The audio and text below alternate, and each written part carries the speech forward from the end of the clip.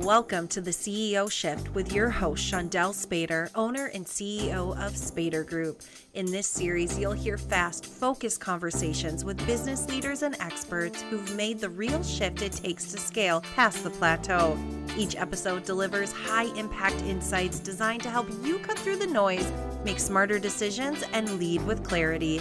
Hello and welcome to the CEO Shift. I am extremely excited to have Charmaine Heard with us today. She is with Charmaine Heard Inc. and she is a multi-credentialed international relationship intelligence coach and an author with 16 years of executive leadership experience, including roles as director of programs and vice president of operations. She combines professional expertise with a personal journey through adversity and growth to help individuals, teams, and organizations build trust, resilience, and effective communication. Charmaine has designed a facilitated transformative Charmaine has designed and facilitated transformative programs across schools, universities, nonprofits, and corporate organizations, equipping leaders with tools to foster healthy relationships and drive success. Through her coaching, writing, and workshops, she is dedicated to creating thriving workplaces where people and organizations excel. Charmaine, thank you so much for being here. I am really excited to dive into our conversation today. Yeah, thank you for having me, and I'm excited to be with you. So this is going to be a really fun conversation. Yes, I agree. Well, let's go ahead and kick it right off then, right? Yes. Um, we always kind of kick these things off with, we want to know your zone of genius, that expertise, that space that, right, gets you out of bed every day to do what you do. Yeah, I Where love would that. you like to focus? Yes, I love that you said what gets you out of bed every day. I used to say, like, I go to bed thinking about this, I wake up thinking about this. Right? But my area of expertise is really like how we relate to others. First, like checking in on ourselves. So when I believe that my expertise has everything to do with how we relate to others. So always self-focused, and then what's happening in the relational field with the people in our lives. Yes, yes, I love that. I so of course in this business, and I remember in the early days, right? We do bookkeeping, we do financials, we do the boring things or the things that people don't like to do in their business, right? And I remember walking into networking rooms and thinking, "Oh my gosh, I've listened to all these people who do all of these great heart-centered work. It's just like there's so much feeling and emotion in it." And I'm like, I stand up and I'm like, "Oh, we just do bookkeeping and you all hate what I do." But what I finally realized is like, no, like what we do is really important. And there is some heart centered in it as well, because it takes that weight off and all of those things. So, the whole premise of that is like that relationship piece or that heartfelt piece, like leading with that. When I got out of my own way and I started leading with that, like what a world of difference. So I'm really excited to learn more about just how you apply it and where this goes. Yeah. Yeah, and what you said is so great because we can't hang ourselves up at the door and like walk into our workplaces. Like we bring our whole Right. selves in, including Yeah. our emotions. But Yeah. I think we've been trained for so long to just take parts of ourselves and just put it away, tuck it away while we're at work, and it just doesn't work. Well, no, like I feel like I feel like the statement's probably been said on this show alone multiple times, right, throughout my conversations. But I'm not a mom, just past 5 o'clock. I'm not a wife just past 5 o'clock. I'm not just a business owner or, whatever role I'm wearing within the business from 8 to 5, like that's just not how we operate. Well, and I don't know. I like that kind of sounds isolating to me. It is. It's very Yeah. isolating. It's very Yeah. isolating. And what a gift to bring your whole self in to all of your spaces. Like, I just think that's a gift to be who we really are everywhere, and everything is going to be okay. There's nothing wrong with Yeah. being able to walk in a room and be like, this is all of me. I'm a mom, but I'm also this, and I'm also these things, and I have feelings. And sometimes I'm tired, and sometimes I'm great. I feel a lot of Yeah. joy. So, yeah. Well, and our professional lives really are shaped through our personal lives as well, right? Like I don't the core values, right? They're not separate personally versus business wise, right? Like being a trustworthy, honest human being is truly that, not just a trustworthy, honest professional, but also in all of my relationships. So it, Absolutely. Hmm. It all filters through.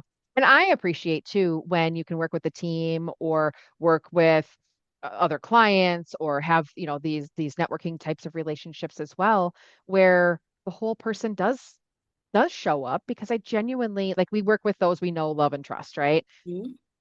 Can't know and love and trust somebody if I don't know and love and trust them.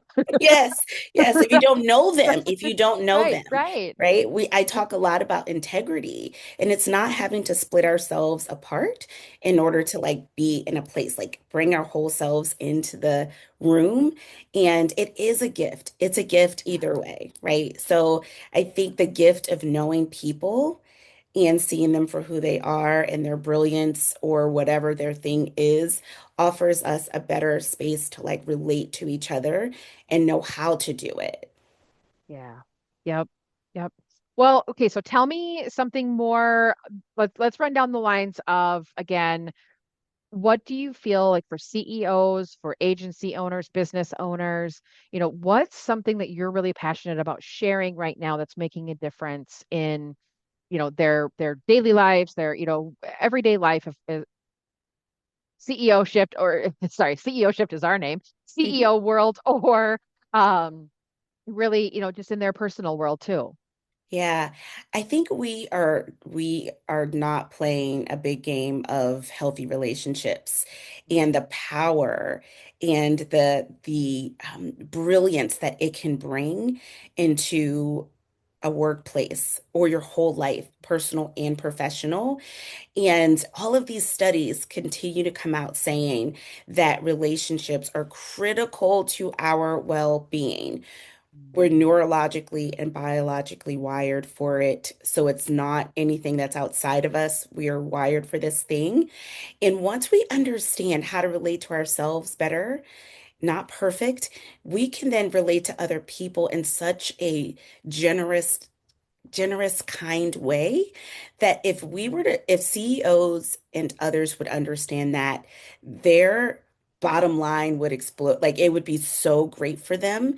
The way they would connect, they would reduce conflict. I mean, there's so much that happens when we put healthy relationships in the forefront of what we do in the world and how we live in the world. The health of any community, the health of any Yeah. organization depends on the health of each individual person, right? It's not the Right. organization, it's every person. Like, how healthy are Yeah. they? And they're going to make up collectively how healthy the organization is going to be.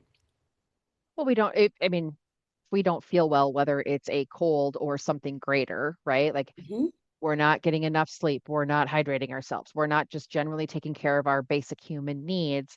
How can we take care of others? I mean, airlines have Absolutely. been stating this since day one, right? Like your own oxygen mask before somebody else's. Um, and I do think I agree with you. I think that's an oversight on so many people. When we get into this, I don't know if rut is the right word. Maybe you have a better word, but like you kind of get into that rut of like grind, grind, grind, grind. I'll take care of me later. Grind, grind, grind. I'll take care of me later. And now here we are burnt out and sick or exhausted or all of the above, right? Yes. Um, so that's your work helps teams, individuals be able to navigate this space into taking better care of themselves. And I just think the work that you do is so important, so important. I mean, my team, oh, again, we've got a couple out right now with some different things going on, and I'm like, I have one and I absolutely adore, well, I adore all of them, let's be serious. But I have one who's like, I need to be out for various reasons and I'm going to be back tomorrow. And I was like, oh my gosh, please take your time. Like, just heal. I want you to heal. I want you to be okay. And if that means a couple days now, it doesn't mean 3 weeks later, like, eh, I was like, gosh, am I being selfish? I'm like, no, I really do want her to just be okay. Yes. Yes. And the So, gift that you gave her of the presence of like just like seeing her, like, I want you to be okay. We're going to be yeah, okay. I want you to be okay. So when you come back yeah, into the fold, we can move in a smooth way. When she's not okay, you all aren't okay. I mean, really, that's right, just how it works. Um, right. and I think the other thing that is really important is we always tell people like put your oxygen mask on, take care of yourself first, but we don't really know how to do it. It's like, what does that look Right. like? And I think that's where I come in. And I'm like, here's what it looks like to actually take care of yourself first without a running narrative that you're selfish, that you're wrong for this, that you're not, all of the things that we believe are bad about taking care of self first, right? I'm not talking about it from a narcissistic standpoint. I'm talking about it from Yeah. a self-full standpoint so that you can be with others in a really authentic and genuine way. What do you see? I'm going off script here and I apologize. This is kind of what happens when I'm like, oh, I'm Sure. genuinely interested. I want more. What do you see as that biggest roadblock? I mean, maybe it's not one, right? But like, I think, I mean, I'm not great at taking care of myself first. It's an active, you know, I let myself get exhausted. I'm like, oh my gosh, you know better, fix this, right? And I make some changes. But generally, is there one or two things that are those biggest roadblocks? Okay, so now we're getting into it. So I think the one of the major roadblocks is that we all have, like society has taught us that this is how we're supposed to be. We're Mm, supposed to go, go, go, go, go. And if for any reason we start to rest, we're looked at as lazy or whatever. So I think we're kind of fed that. Like, what does it look like to be successful? It's the person who moves all the time, who's not resting, who's not doing these things. But studies have shown that when we are able to rest, we come back into our brilliance. I yeah. like to explain it like when you have a young child and they're crying so much and you're like, all you need to do is sleep. All you need to do is take a nap.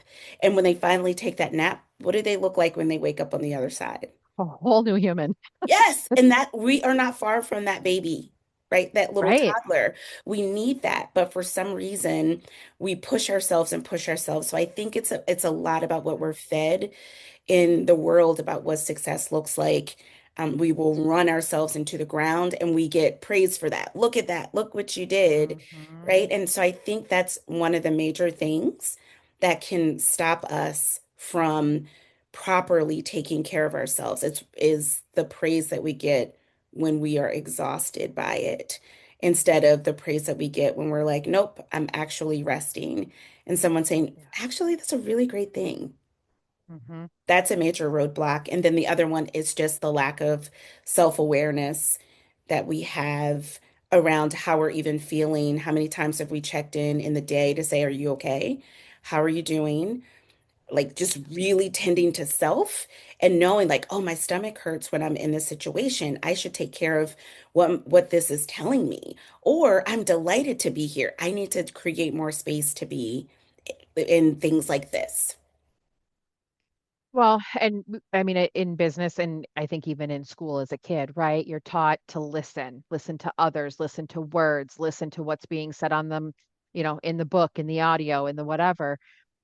Don't, I mean, health class was this much of my schooling, right? Yes. So like I don't remember ever being told, listen to your body, listen Mhm. to what your emotions are telling you, listen to what's happening internally. It was always listen externally. So I think that's a huge, huge part of kind of rewiring or retraining adults and kind of full circle here, right? Like we started this all with I'm not just a business owner, I'm not just a mom, I'm not just anything at any given point in the day. Like I'm learning this in a professional setting right now and thinking about how am I going to help my kids understand this at a deeper, greater level at their early ages so that they have it maybe nailed by the time they're adults. I don't know.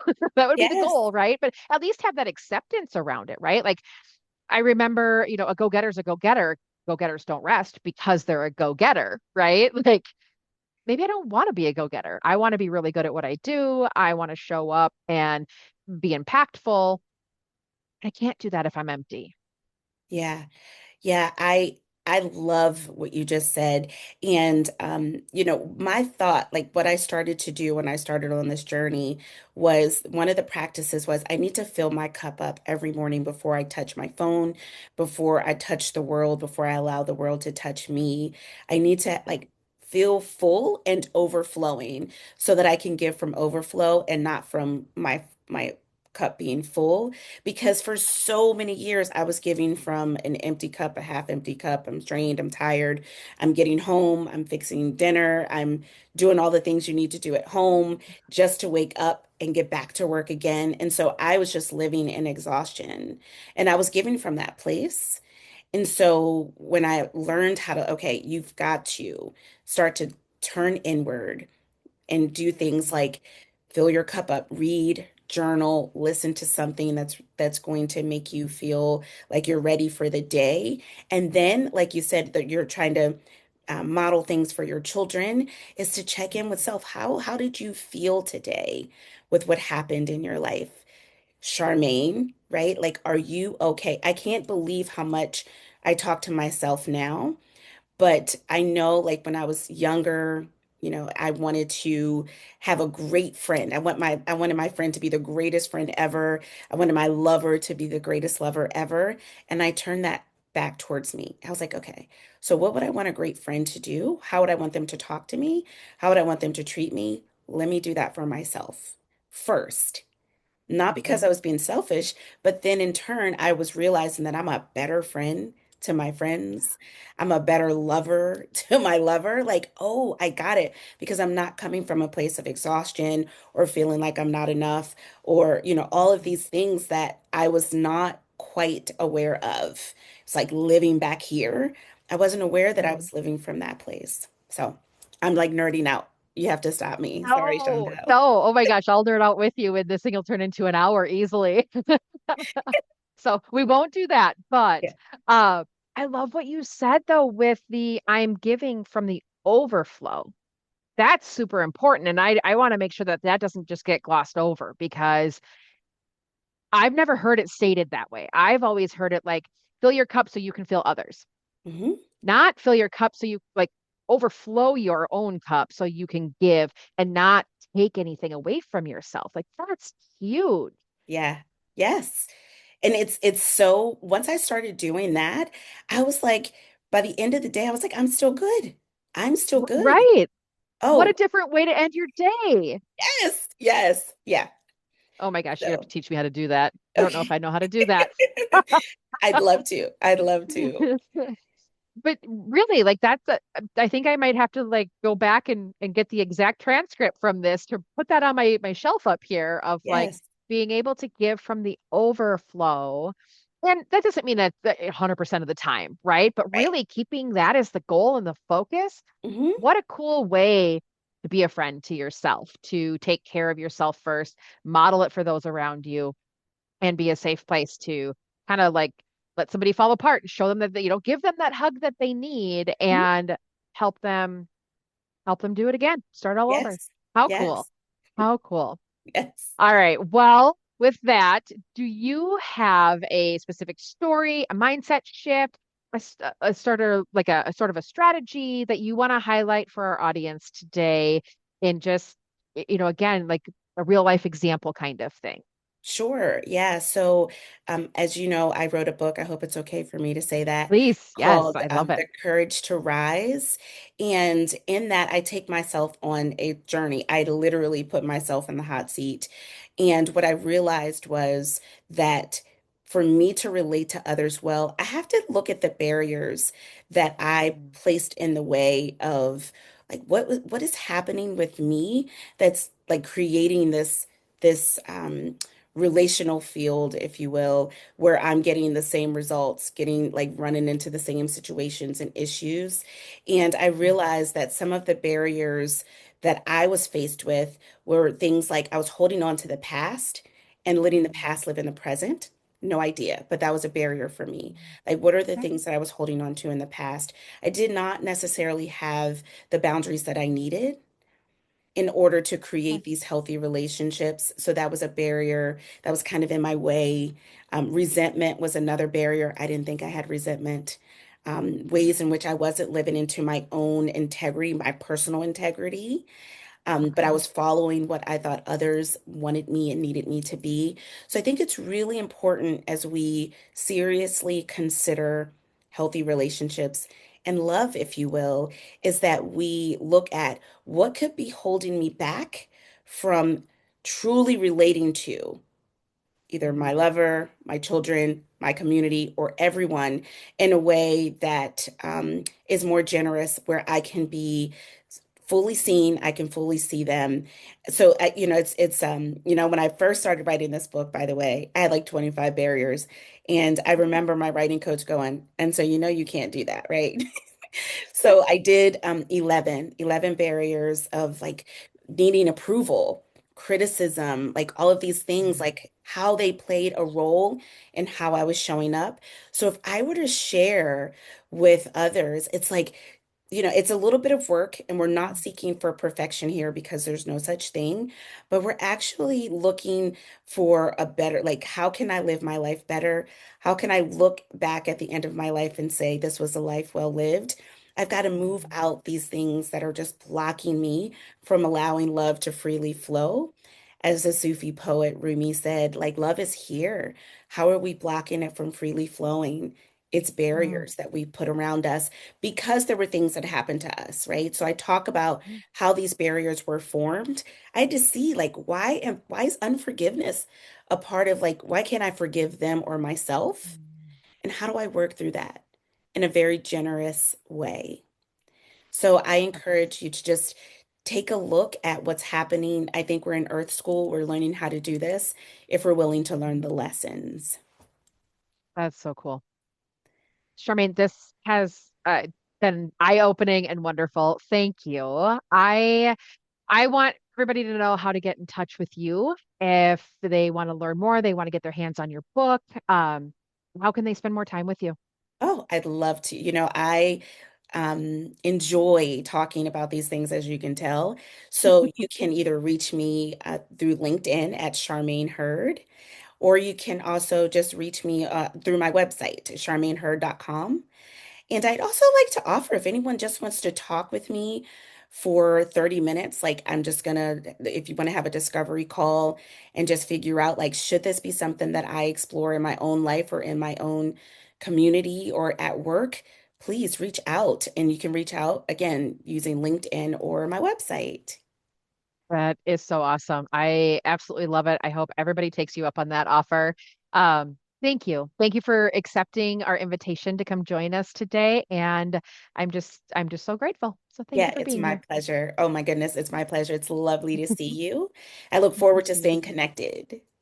Likewise. Thanks, Charmaine. Thank you. Thanks for joining us for the CEO Shift. If today's conversations challenged your thinking or helped you see your business differently, it's time to put what you learned into action. If you want practical guidance on making better CEO level decisions, download the CEO Decision Guide now. This framework is what leaders use to stop spinning their wheels and start scaling with clarity. Download your free copy at spadergroup.com/CEO-guide and start making decisions like a CEO today. We'll see you next time on the CEO Shift.